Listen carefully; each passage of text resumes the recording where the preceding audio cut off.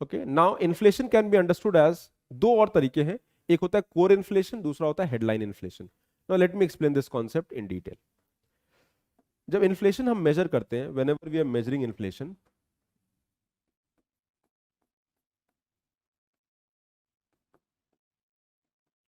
तो inflation is not about one item, inflation is about basket of item. हम एक बार नहीं, अभी आप मार्केट गए, दो सामान महंगा हो गया, आप कहोगे इन्फ्लेशन हो गया, नहीं, you will look at the basket of item.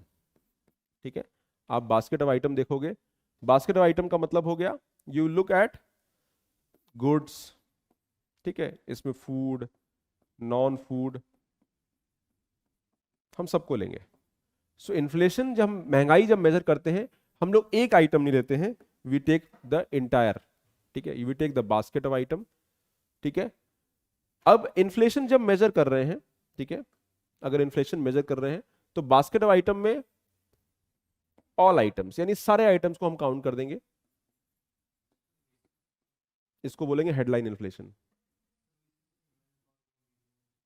Sorry, हाँ वो भी आएगा, यहां सर्विसेज भी हो सकता है। ठीक है, तो इसको हेडलाइन इन्फ्लेशन बोलेंगे, यानी जब इन्फ्लेशन पूरी इकोनॉमी का, तो headline inflation is an average inflation of the economy.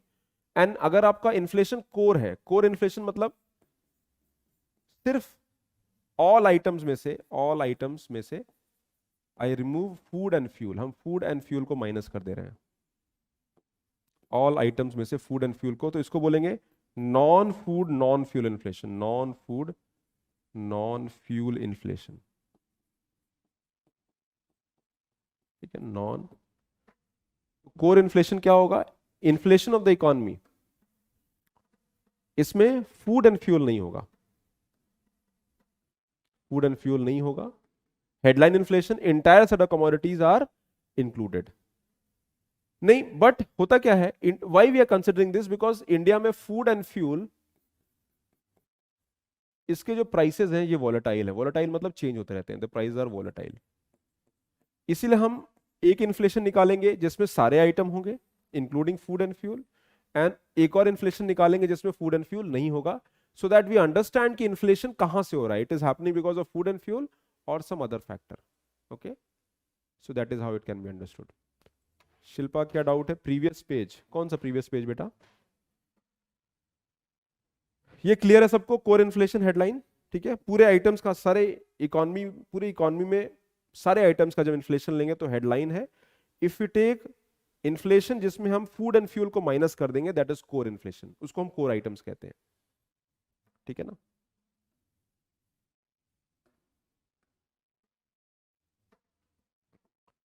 ये वाला बात कर रहे थे राइट, आरबीआई वाला कौन सा, आरबीआई इंटरेस्ट बढ़ाएगी, if RBI increases interest rate तो इन्फ्लेशन कंट्रोल हो जाएगा। ठीक है, ओके शिल्पा, चलो।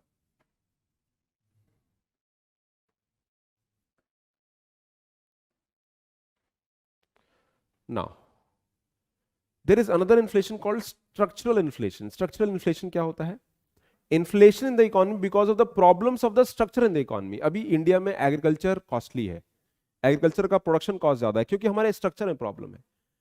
Persistent inflation due to deficiency in the economy, जैसे हमारा टेक्नोलॉजी बैकवर्ड है, इंफ्रास्ट्रक्चर कमजोर है। लेट्स टेक एन एग्जांपल, जैसे मान लो रोड, रोड खराब है, road is weak, and because the road is weak, हमेशा आप देखोगे, you will always see that it is causing inflation, महंगा सामान महंगा है, and the reason why the items are costly because of road infrastructure is weak. इससे क्या होगा, आपका ट्रांसपोर्टेशन कॉस्ट बढ़ जाएगा, transportation cost will go up, and as the transportation cost will go up, it is a structural problem. ठीक है, similarly backward agriculture, backward agriculture, agriculture आपका backward है, बैकवर्ड एग्रीकल्चर मतलब low efficiency, which means production कम होगा, which means supply impact होगा, if production is less supply will be impacted.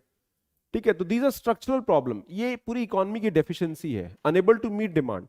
अभी India में क्या है, बहुत सारे फैक्टर, बारिश हो जाती है, वी कांट एड्रेस दैट, हमारे पास इंफ्रास्ट्रक्चर कमजोर है, we don't have infrastructure to reduce wastage, wastage बहुत है इंडिया में, सो दैट इज उसकी वजह से अगर इन्फ्लेशन होता है, if the inflation is happening because of that, it is called structural inflation, right. In mid 2010 food inflation was structural due to demand for food protein. Protein item का demand बढ़ गया था 2010 में, और उसकी वजह से इनफैक्ट अभी फिर से वो रिपीट हो रहा है, इंडिया में फिर से इन्फ्लेशन बढ़ रहा है, and we are witnessing this problem. ठीक है, ये क्लियर हुआ सबको. स्ट्रक्चरल इन्फ्लेशन, स्ट्रक्चरल इन्फ्लेशन मतलब इकोनॉमी के स्ट्रक्चर में कुछ प्रॉब्लम है, तभी ये इन्फ्लेशन हो रहा है. Now is this clear to everybody? Is this clear? Everybody till here everything is clear? किसी कोई डाउट है? Are you able to understand? Everybody clear, right? चलो, nice. ठीक है. Now इन्फ्लेशन जो डिमांड बढ़ता है, what are the reason for demand for inflation? भारत में या किसी भी कंट्री में डिमांड क्यों बढ़ रहा है?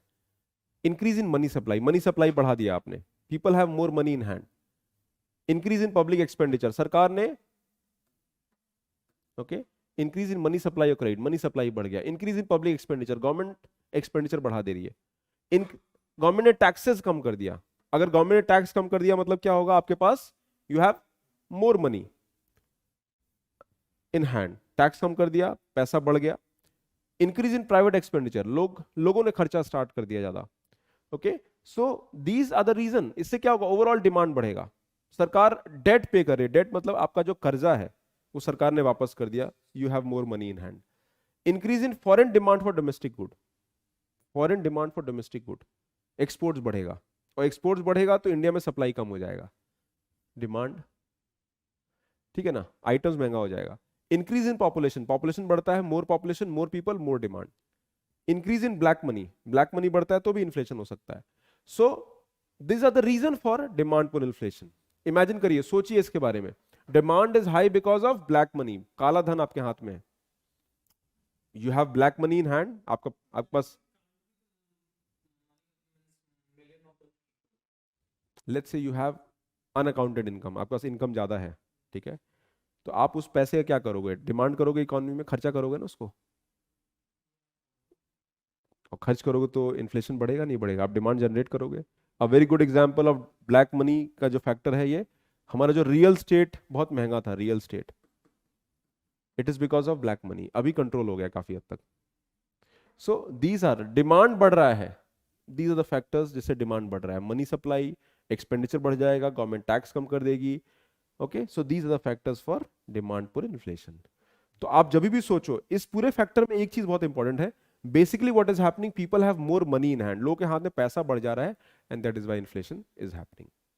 Similarly cost push inflation, cost बढ़ रहा है. Okay, so what are the reason for cost push inflation? Taxes सरकार ने बढ़ा दिया. Taxes, a very good example is oil, petrol, diesel. यहां पर एक्साइज ड्यूटी लगती है. Excise means excise duty. Rising oil prices, crude oil. Currency weak हो गई, करेंसी वीक होगा तो इंपोर्ट कॉस्टली हो जाएगा, इंपोर्ट्स विल बी कॉस्टली. ठीक है, आपका जो इंपोर्ट होगा महंगा हो जाएगा. सैलरी बढ़ गया, rise in wages, rise in the food and energy prices. ठीक है, so these are the factors which can cause inflation in the cost. इससे इनपुट कॉस्ट बढ़ जाएगा. Clear, right guys? समझ में आ रहा है? Everybody able to understand?